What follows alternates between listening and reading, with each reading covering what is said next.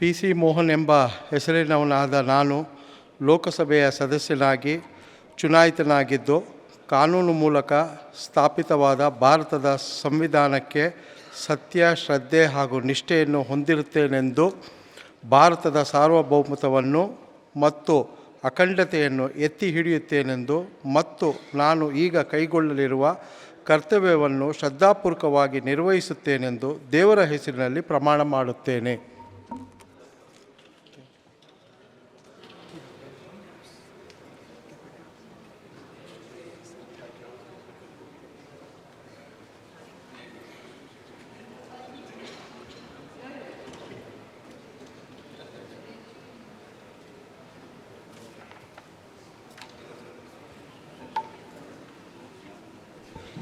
Shri Tejasvi Surya.